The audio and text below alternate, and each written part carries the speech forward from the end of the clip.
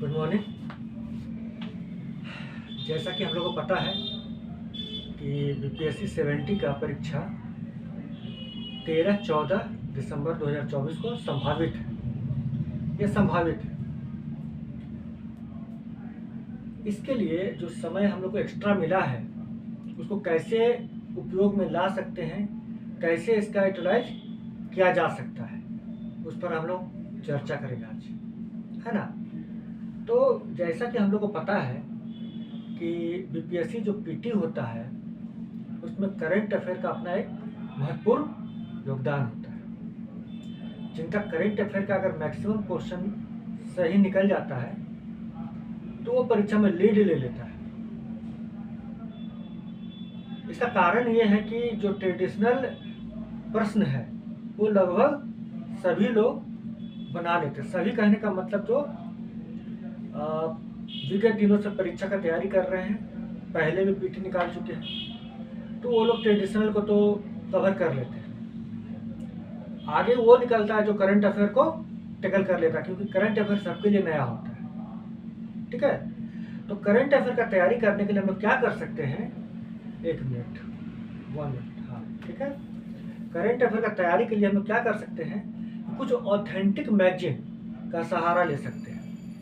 इसमें से मेरे अनुसार प्रतियोगिता दर्पण जो होता है बहुत ही लाभकारी मैगजीन होता है। जनरली प्रतियोगिता दर्पण मैक्सिमम स्टूडेंट लोग खरीदता है, लेकिन मिनिमम स्टूडेंट लोग इसको पूरा कर पाता है, सच्चाई ये है। लेकिन जो पूरा कर लेता है उसको फ़ायदा भी नज़र आता है, सीधे सीधे दिखाई देता है।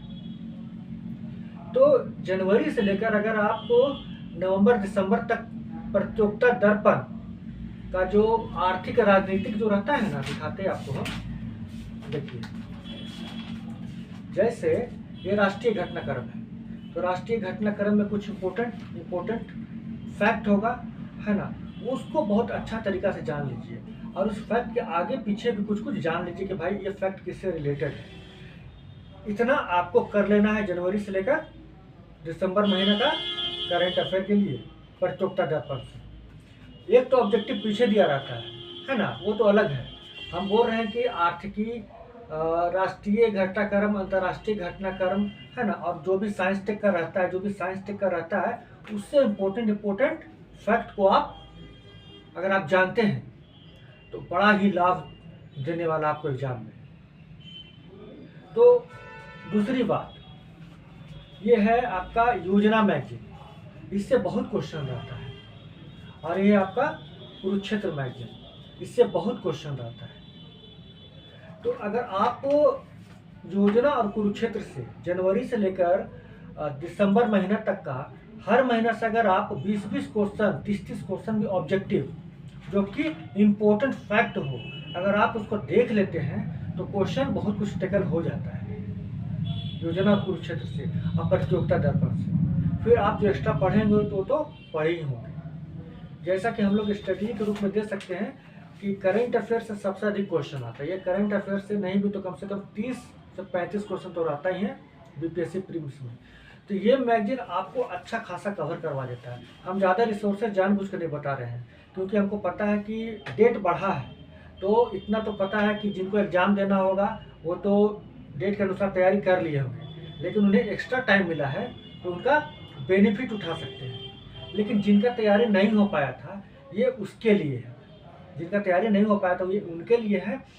इससे क्या होगा कि आप आराम से ऑब्जेक्टिव फटाफट चाहिए तो कितना होगा, अधिक से अधिक 500 ऑब्जेक्टिव निकलेगा। अधिक से अधिक 500 ऑब्जेक्टिव निकलेगा।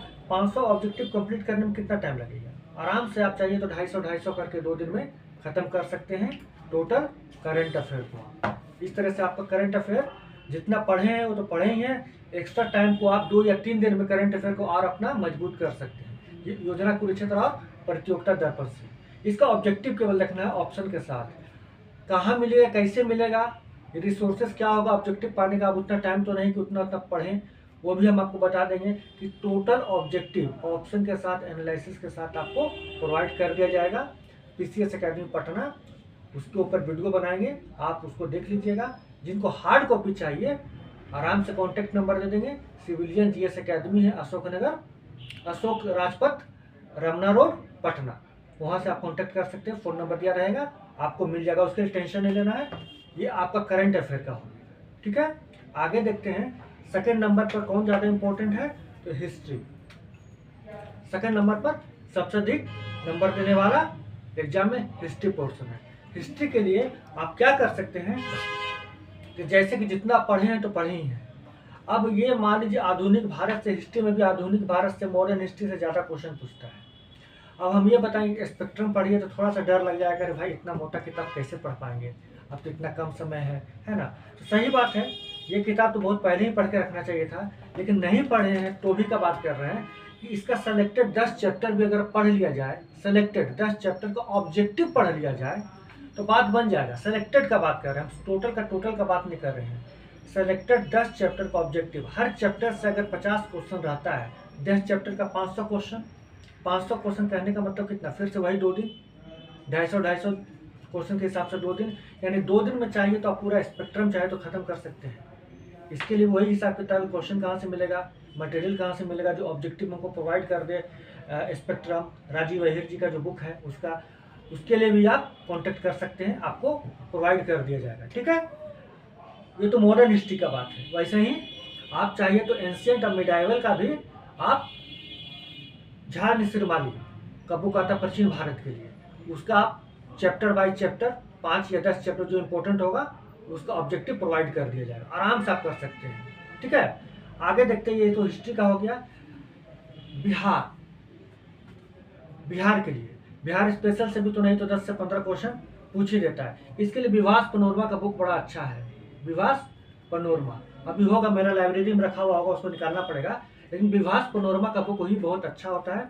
अगर आप चाहें तो उसको, विवास पनोरमा का बुक को फॉलो कर सकते हैं बिहार के लिए। इसका भी कम्प्लीटली करंट अफेयर से जुड़ा हुआ रहता है। ये जो बिहार रहता है कुछ ट्रेडिशनल रहता है, कुछ करंट अफेयर से भी जुड़ा रहता है। आगे देखते हैं विज्ञान यानी साइंस। साइंस के लिए क्या करना है, साइंस के लिए एनसीईआरटी अगर आप 6 क्लास से लेकर आप 10वां क्लास तक कर लेते हैं, ऐसे तो 11वां 12वां तक का देख लेना चाहिए, लेकिन समय कम है, तो 6 क्लास से लेकर 10 क्लास तक का अगर आप ऑब्जेक्टिव देख लेते हैं, आपका बात बन जाएगा। हम ये बहुत ही शॉर्ट स्ट्रेटजी बता रहे हैं। शॉर्ट स्ट्रेटजी बताने के कारण ये है कि क्योंकि समय कम है, हम ऐसा बता रहे हैं कि पर सब्जेक्ट 2 या 3 दिन में निकल जाए, 2 या 3 दिन में पर सब्जेक्ट आपका निकल जाए, फिर तो तुरंत एग्जाम में बैठना ही बैठना है, तो इतना जल्दी से आगे भूल भी नहीं जाता है ना। तो इसके लिए भी 6 से 10 क्लास करने के लिए कितना आराम से पढ़ना होगा। अगर मान लीजिए 6ठा क्लास का देखेगा तो 80 से 90 क्वेश्चन रहेगा, 7वां में भी 80 से 90 क्वेश्चन रहेगा, विज्ञान का एनसीईआरटी से सारा खत्म करने में कितना दिन लगेगा, 2 से 3 दिन उसको भी लगेगा, है ना। पॉलिटी का अगर देखिए तो पॉलिटी के लिए आपको एम लक्ष्मीकांत, फिर आपको रहेगा अरे ये तो बड़ा मोटा किताब है ना, इतना मोटा किताब कहाँ से पढ़ेंगे, फिर वही बात बताएंगे हम। ये सब बुक जो है ना, ऑथेंटिक बुक बहुत ही इंपॉर्टेंट होता है किसी भी एग्जाम को पास करने के लिए। यहाँ से ही क्वेश्चन सेटर लोग सेट करता है, कोई साधारण मैगजीन उठा के वो सेट नहीं करता है। सिविल सर्विस का एग्जाम हो रहा है, क्वेश्चन का लेवल ऊंचा जा रहा है, सेट करेगा तो ऑथेंटिक बुक ही उठाएगा, है ना। तो पॉलिटी के लिए आप लक्ष्मीकांत होता है, डीडी बसु होता है, ये ऑथेंटिक बुक होता है, सुभाष कश्यप होता है, ऑथेंटिक बुक होता है। स्टूडेंट उसके तरफ मैक्सिमम स्टूडेंट नहीं झाँकता है, लेकिन सिलेक्शन पाने वाले तो देखते ही, पढ़ते भी हैं और इसका लाभ भी उठाते हैं। तो इसके लिए हम लोग क्या किए हैं कि जितना भी चैप्टर है, देखिए यहाँ पर जितना भी चैप्टर दिखाया गया है, जितना भी चैप्टर दिया गया है, जितना भी इम्पोर्टेंट चैप्टर है, जितना भी इम्पोर्टेंट चैप्टर है ना, इसका विषय सूची में देख सकते हैं। तो सारा का सारा इम्पोर्टेंट चैप्टर को जितना भी सारा का सारा पढ़ने की जरूरत नहीं, क्योंकि समय कम है, लेकिन कम से कम 8 या 10 चैप्टर तो पढ़ ही सकते हैं, उसका ऑब्जेक्टिव तो पढ़ ही सकते हैं। इसका भी वही किया गया है कि जितना भी ऑथेंटिक बुक है उसका ऑब्जेक्टिव चैप्टर वाइज तैयार कर दिया गया है, और इससे आप लक्ष्मीकांत को चाहें तो 2 या 3 दिन से आप ऑब्जेक्टिव पढ़कर निपटा सकते हैं। ऑब्जेक्टिव रहेगा ऑप्शन के साथ, चाहे तो आप आराम से पढ़ लीजिए, ऑब्जेक्टिव पढ़ लीजिए, और 10 चैप्टर आराम से आप 2 दिन में निपटा दीजिएगा लक्ष्मीकांत का। तो इस तरह से क्या हुआ, आपका जो तैयारी पहले था वो तो था ही, है ना, उस तैयारी में क्या हुआ, लेवल बढ़ गया। कि अगर क्वेश्चन थोड़ा ऊंचा लेवल का भी, ऊंचा दर्जा का भी पूछेगा, तो आप कम से कम इस बुक का ऑब्जेक्टिव पढ़े हुए रहिएगा, इसका फैक्ट पढ़े हुए रहिएगा।